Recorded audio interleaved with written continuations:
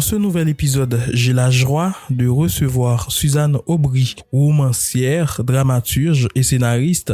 Elle a marqué la littérature québécoise avec plusieurs romans, une œuvre riche composée d'environ 16 titres, finaliste du prix des 5 continents de la francophonie pour son roman Ma vie est entre tes mains. En 2022, elle a été nommée membre de l'Ordre du Canada. C'est une grande figure de la littérature québécoise. Elle revient cette année avec un nouveau roman dystopique, Tout ce qui reste, publié chez Stankey.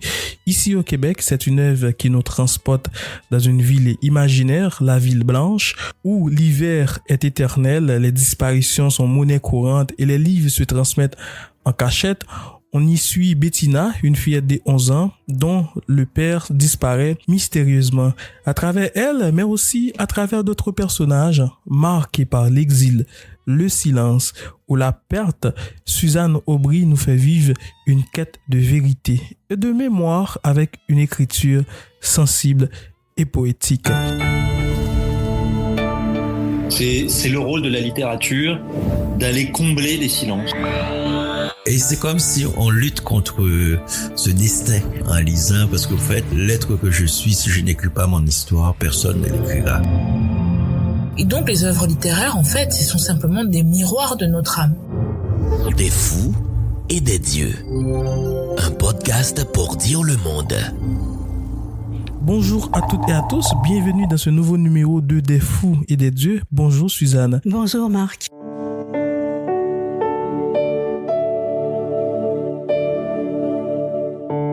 Avant de parler de votre roman, j'ai une petite question un peu drôle. Est-ce que c'est ici que vous avez écrit tous vos livres? Disons, est-ce que vous avez une idée du nombre de mots, de paragraphes que vous avez tapés ici au fil du temps? J'ai écrit tous mes romans ici. Ça fait plus de 25 ans qu'on habite ici. Par contre, les scénarios, j'ai écrit de nombreuses séries pour la télé. Ça, c'était en partie ici, mais en partie ailleurs. Donc, mais l'aspect littéraire romanesque est ici et ça représente un grand nombre de pages puisque ma saga historique, c'était 10 romans en tout qui faisaient à peu près 500 pages chacun. Déjà, quand on fait le calcul, ça, c'est beaucoup.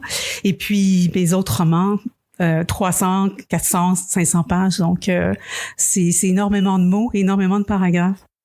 Merci Suzanne. Je vous pose cette question parce qu'en lisant votre roman, j'ai pensé à une scène dans À la vitesse de la lumière de Javier Cerca où un personnage se demande depuis qu'il est né combien de portes il a ouvertes, combien de fois il a mis ses clés dans la serrure. Je trouve une similarité avec vos personnages. Ils sont très observateurs, attentifs aux détails. Cette curiosité est vraiment très présente dans votre écriture. Je pense que ça vient sûrement du fait que je suis une scénariste d'abord et avant tout et une autrice de théâtre. C'était ma première, mes premières amours, c'était le théâtre finalement. Et je vois tout, je visualise tout avant de pouvoir écrire. Et d'ailleurs, je prends des photos des lieux comme si je faisais un film, particulièrement les romans historiques, mais aussi les romans contemporains. Ouais, tout à fait. Et dans la ville blanche, l'hiver ne finit jamais et Bettina grandit avec des secrets et des disparitions. Suzanne, racontez-nous comment cette histoire est née et pourquoi vous avez choisi de nous plonger dans cet univers si particulier. Ça vient d'un roman que ma sœur jumelle a écrit et qui était inachevé, un roman qui faisait à peu près 70 pages. Et puis, quand ma sœur est décédée, j'ai eu tous ses papiers et j'ai pas eu le courage de relire cette œuvre-là que j'avais lue quand elle avait écrite dans une vingtaine d'années. Je l'avais lue, j'avais été assez éblouie. Et puis, ça s'est reposé pendant longtemps. Et ensuite, j'ai décidé de le relire. J'avais trouvé en moi le courage de le relire et j'ai été éblouie par les premières pages, particulièrement la ville blanche qu'elle évoquait et j'ai eu l'idée de poursuivre son roman à travers mon univers et la dystopie, je l'ai vraiment beaucoup développée pour en faire véritablement un monde imaginaire, mais qui est évidemment lié à des mondes réels comme toute dystopie. Il faut absolument qu'il y ait des liens avec un monde qu'on connaît, sinon l'impact il n'y a pas d'impact finalement, on ressent pas, on n'a pas d'émotion. Alors c'est sûr que je pensais au monde d'aujourd'hui. à la dureté, la cruauté du monde d'aujourd'hui et du fait que cet enfant-là, avec une famille dysfonctionnelle, a pas vraiment de repère. Et son repère, ça devient Madame Glinka, finalement, la bibliothécaire, qui ne peut plus exercer parce que la bibliothèque a été fermée. Et donc, elle se retrouve, cet enfant-là, avec cette très vieille dame qui devient vraiment une amie, malgré la différence d'âge. Votre sœur était romancière et c'était son premier livre. Non, elle n'était pas romancière. En fait, elle étudiait à l'université et puis elle en littérature, mais elle écrivait quand elle avait un peu de temps. Et donc, c'était un roman qui a été écrit à travers des boulots, l'écriture d'une maîtrise, etc. Donc, elle voulait pas vraiment être romancière. Elle en rêvait, mais elle était excellente en critique littéraire. C'était ça vraiment son domaine, qu'elle a redécouvert sur le tard parce qu'elle a été professeure à l'Université du Québec, à Montréal, une très, très bonne prof d'ailleurs. Mais c'était le regard extérieur, l'analyse de la littérature qui l'intéressait davantage que la fiction, alors que moi, c'est vraiment la fiction qui m'a toujours fascinée. C'est un grand hommage. Votre personnage, Bettina, elle traverse l'absence de son père et le silence de sa mère. Comment avez-vous travaillé sur la notion de traumatisme dans ce roman? Et comment la fiction vous permet-elle de l'explorer? La fiction, pour moi, est d'abord et avant tout un paravent, curieusement, parce que ça nous permet de nous dévoiler sans avoir l'impression de nous dévoiler. Quand on écrit, moi, j'écrirai jamais mon autobiographie. Ma vie m'intéresse pas tant que ça. Moi, ce qui m'intéresse, c'est mon regard sur ma vie, mais la vie des autres aussi.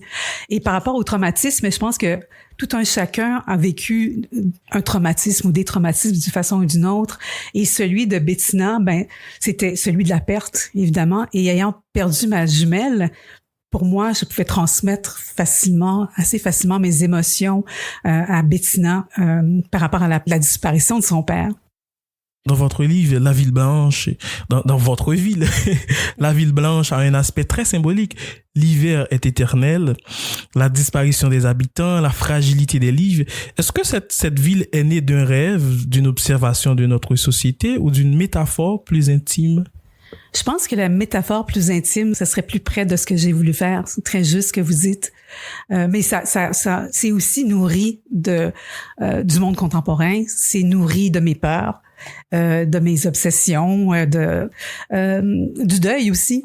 Et puis la ville blanche, le blanc, ça peut être aussi une couleur de deuil, en fait. Donc, et la disparition des gens, la mort qui est jamais nommée, c'est la peur aussi de notre société de faire face à la mort aussi, à la disparition. Et donc, je pense que c'est tout ce que vous avez dit, mais probablement, oui, une métaphore intime. Mais quelle est cette ville blanche? Est-ce que c'est Montréal? Je dirais que c'est ma ville natale, Ottawa. Oui, parce que ma sœur, quand elle a écrit ce livre-là, je sais qu'elle se référait à Ottawa. Le canal, par exemple, c'est Ottawa, le canal Rideau.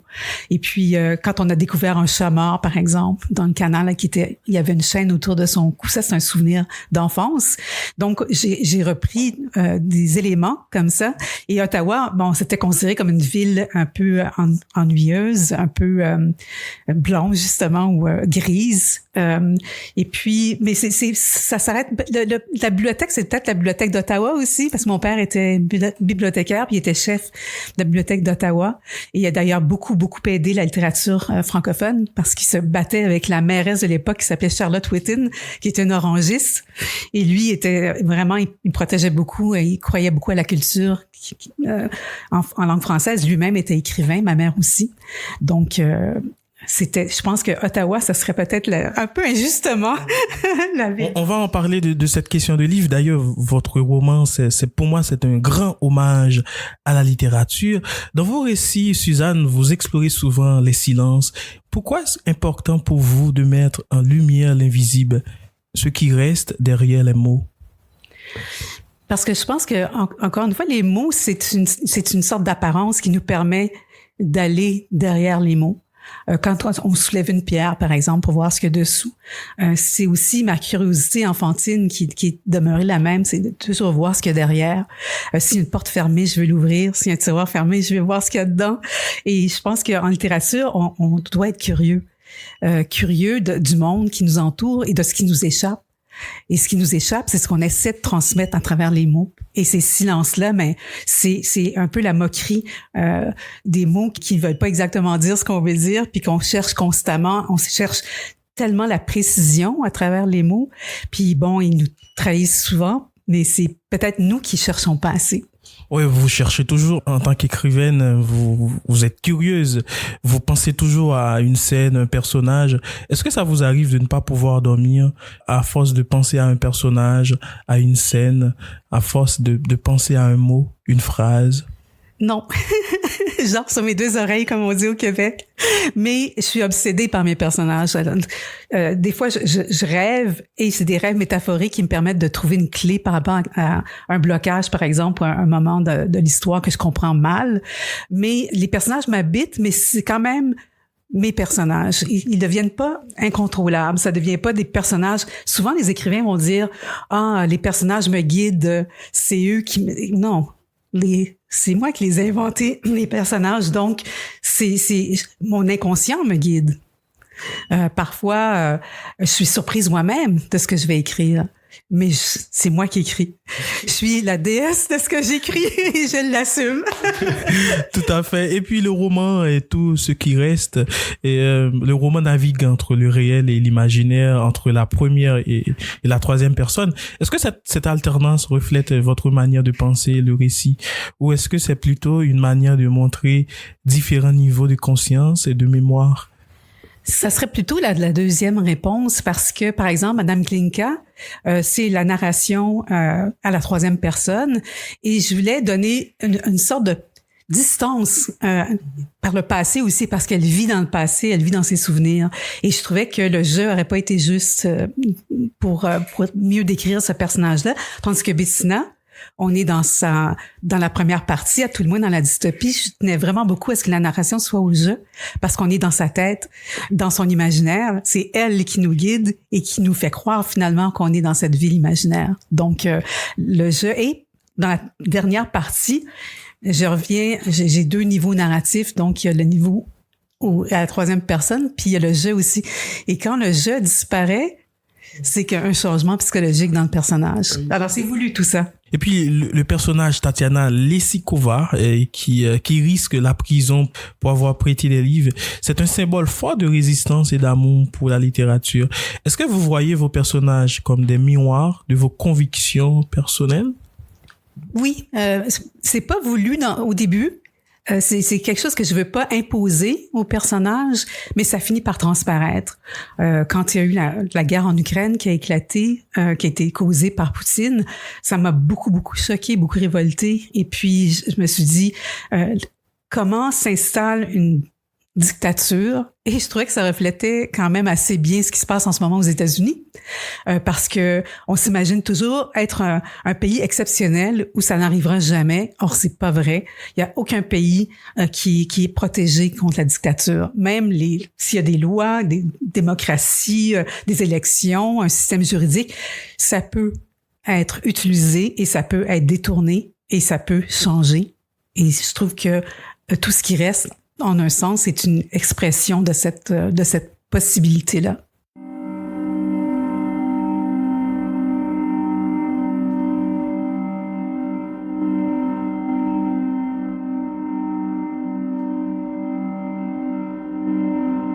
Je vous rappelle que nous sommes dans le bureau de la romancière et dramaturge québécoise Suzanne Aubry. Nous parlons de son roman Tout ce qui reste, qu'elle vient de publier chez Stankey ici au Québec.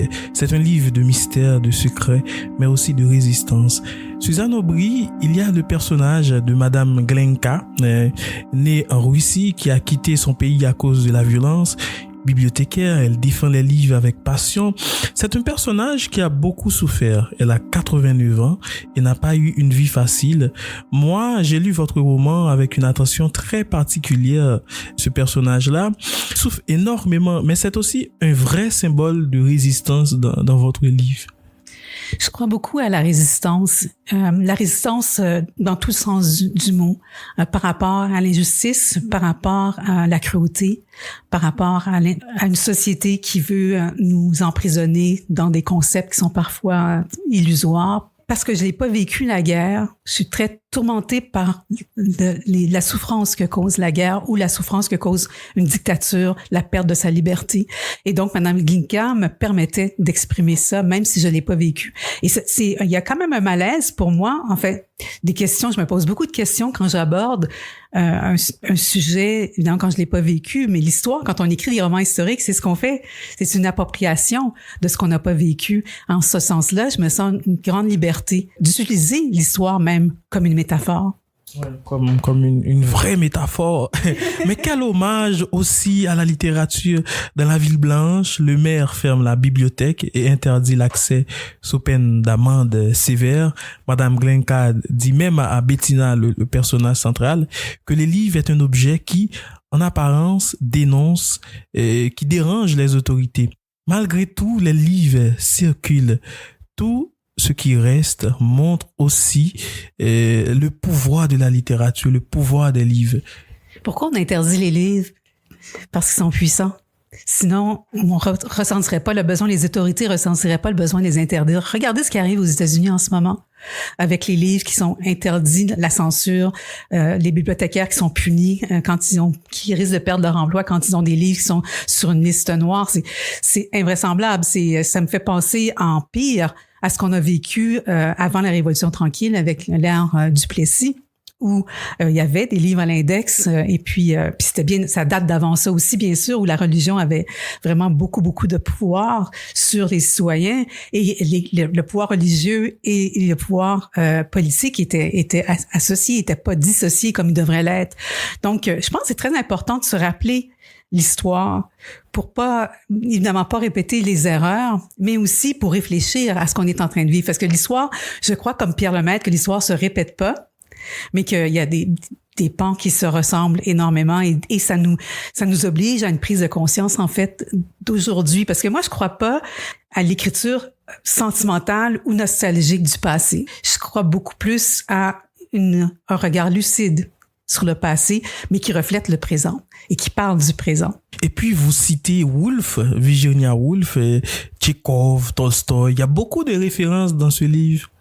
Mais j'hésite à le faire parce que ça peut avoir l'air un peu prétentieux ou malhabile parfois dans l'écriture. Il y a des romans qui sont bourrés de citations et ça devient les citations qui font le roman. Puis ça, mais quand ça venait naturellement, quand c'était pas forcé, je me laissais aller à mon amour de la littérature. Mais qu'est-ce que la littérature? Quelle question! Ben, je crois que c'est un regard sur l'humanité, le fameux chemin avec une petite lanterne qu'on essaie d'éclairer avec, je pense notamment à une réinterprétation, une transposition de la réalité avec son propre regard. Quand on pense à Proust, par exemple, qui est un auteur qui semble être très difficile d'accès, mais finalement, ça aurait pu être terriblement ennuyeux de raconter la vie quotidienne ou des détails d'une vie d'aristocrate, mais c'était Proust qui racontait. C'était son regard sur ces gens-là, qui, alors leur vacuité, leur préciosité, leur profondeur à l'occasion, leur superficie, tout ça, c'était dans le regard de Proust. Et c'est ça la littérature, c'est le regard que les écrivains posent sur le monde. Et quel regard vous portez sur le monde, vous-même? Ben, je pense que tout ce qui reste est assez éloquent. C'est un regard à la fois humaniste, pessimiste et sensible. Sur c'est ma petite musique. Et puis dans votre roman, vous êtes très écologique. Il y a une grande sensibilité par rapport aux arbres, aux animaux aussi. Mais j'aimais beaucoup la nature, mais je la connaissais pas. Et c'est assez récemment, je dirais dans les 15 dernières années, que je me suis mise à m'intéresser à l'ornithologie. Juste nommer la nature, pour moi, ça devenait une façon de mieux la comprendre. Et puis, comme j'ai une mémoire un peu coussi-coussa, je trouve que c'est très, très bon. J'ai jamais eu une bonne mémoire pour les noms. Et apprendre les noms d'oiseaux, les noms d'animaux, de fleurs, c'est magnifique. Et ça nous permet vraiment d'habiter le monde, en fait, qu'il soit pas une entité vaste qu'on comprend pas. Tout ce qui reste, page 72. Dehors, de gros flocons en forme d'étoiles se dissolvent dans le ciel livide. Un animal saute soudain devant moi. C'est le charreau que mon père a libéré, je le reconnais à sa queue au bout manquant et à son allure de pirate. Son poil est hérissé et il me fixe de ses yeux jaunes avec défiance, se demandant sans doute s'il a affaire à un exterminateur. Nous sommes figés l'une devant l'autre. Je n'ose bouger de crainte de l'effrayer. « Comment tu t'appelles » ? Question stupide, sachant qu'il ne peut pas me répondre. Toutefois, ses oreilles et son bout de queue remuent comme s'il comprenait mes paroles. Je m'attends presque à ce qu'il me parle. J'esquisse un pas vers lui, il fait le dos rond, mais ses pattes restent bravement campées dans la neige. Moi, c'est Bettina, mais on me surnomme Bette, ou bien Betterave ou Bobette, mais ça me fait pas un pli. Avec nous, Suzanne Aubry, nous sommes dans son appartement ici à Montréal. Mais vous aimez cuisiner, Suzanne Aubry. On était dans votre cuisine tout à l'heure. Vous aimez cuisiner. Il n'y a pas vraiment de scène de cuisine dans votre livre. Non. Parce que je trouve qu'il y en a eu trop. Il y en a eu trop souvent dans les romans. J'aurais pas été capable de faire ça. Je me serais trouvée un peu, je sais pas, je suis pas assez bonne cuisinière. Puis et puis je trouve que ça se mêle mal la cuisine et les mots, même si il y a quelque chose de très laborieux dans l'écriture qui ressemble un peu à faire un repas. Je me serais sentie un peu une impostrice, quoi. Et vous avez été président de l'Union des écrivaines et des écrivains québécois, UNEQ. Est-ce que votre engagement pour les auteurs a influencé votre vision de la littérature et de la création? Racontez-nous un peu cette expérience. J'ai été longtemps, en fait, engagée pour la défense des droits des écrivaines et des écrivains, des autrices et des auteurs aussi, parce que j'ai présidé la SARTEC, qui est l'Union des scénaristes. Et puis, j'étais avant ça engagée dans un conseil d'administration pour les gens de théâtre. Alors, ça a toujours été en moi. Je sais pas pourquoi. Je suis pas... comme écrivain, écrivaine, on est souvent vraiment porté à vouloir s'isoler. On a besoin d'isolement, d'ailleurs, de solitude. Puis je suis une personne assez solitaire, d'ailleurs, de nature, mais j'avais besoin de tendre la main vers le social. Et ma façon de le faire, c'était de défendre les droits des auteurs parce que je sais rien faire d'autre. Alors, c'était une façon pratique, pragmatique d'aider finalement mes contemporaines. Puis c'est des batailles difficiles, particulièrement à l'UNEQ, parce qu'on a obtenu la loi sur le statut de l'artiste après une longue bataille. C'était très dur. Finalement, on l'a obtenu. Puis c'est là que j'ai découvert que peut-être qu'on voulait aller trop vite et que les écrivaines et les écrivains étaient peut-être pas prêts à accepter le fait que finalement, bon, un syndicat, faut payer des cotisations syndicales, on négocie, alors que ça a démontré qu'il y avait des perceptions très, très différentes de ce qu'était un écrivain ou une écrivaine. Moi, je crois qu'on n'est pas différent des autres. Je nous mets pas dans une caste différente, supérieure ou extraordinaire. Je crois qu'on est des personnes qui vivent en société et qu'on a le droit d'avoir un traitement contractuel honorable. C'est pas parce qu'on est écrivain qu'on va se faire exploiter ou qu'on devrait accepter d'être pauvre parce qu'on est écrivain. Ça, je crois pas du tout à ça. Vraiment pas. Je suis vraiment balsacienne là-dessus. Gagner sa vie avec sa plume. Vous êtes pas une espèce de Rimbaud. Non, vraiment pas. Je l'assume. C'est évident. Puis j'admire les Rimbaud et compagnie. Sauf que je crois qu'on a le droit de vivre de sa plume. C'est pas honteux. C'est vraiment même tout à fait honorable et c'est ce que je défendais. Bien sûr, en littérature, c'est plus difficile, mais d'avoir des bonnes conditions contractuelles, de pas vendre, par exemple, son œuvre à un éditeur, de pas céder ses droits, c'est très important.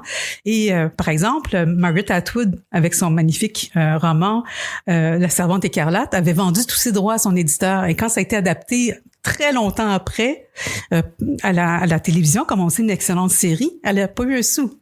Alors, c'est quand même grave de céder ses droits et c'est ce que j'essayais de défendre. Tout à fait. Vous habitez dans cette maison, dans cette magnifique maison depuis 25 ans.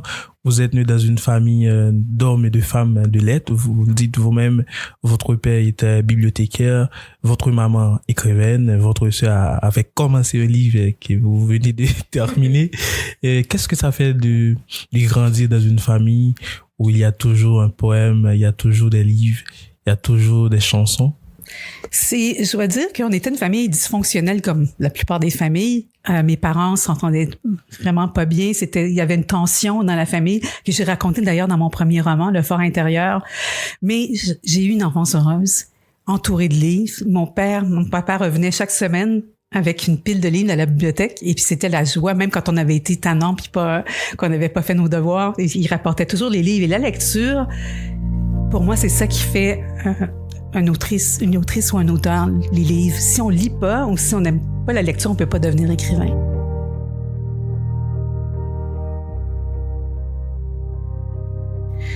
Tout ce qui reste, page 75. En traversant l'entrée, j'entends un tintement. Je me dirige vers le séjour. Une lumière anémique s'allonge sur le mobilier et la moquette. Au premier coup d'œil, je ne vois personne, puis le tintement s'élève encore accompagné par ce qui ressemble à un sanglot étouffé. Ma mère est assise bien droite sur le récamier, le regard perdu dans le vide, tenant dans sa main crispée un verre rempli d'un liquide translucide dans lequel flottent des glaçons. L'odeur familière, âcre et citronnée imbibe l'air. Une bouteille à moitié vide traîne sur la table. Je m'approche de maman. Elle me regarde comme si elle ne me reconnaissait pas. Ses traits sont inexpressifs, telle une terre inhabitée. Ton père a disparu.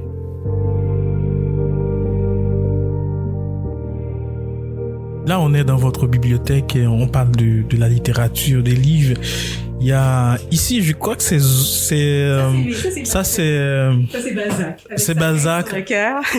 Et parfois, quand je suis fatiguée, que j'ai fait une longue journée d'écriture, je mets ma main sur mon cœur comme ça, puis je le regarde, en disant « Inspire-moi ». Mais pourquoi vous aimez autant Balzac?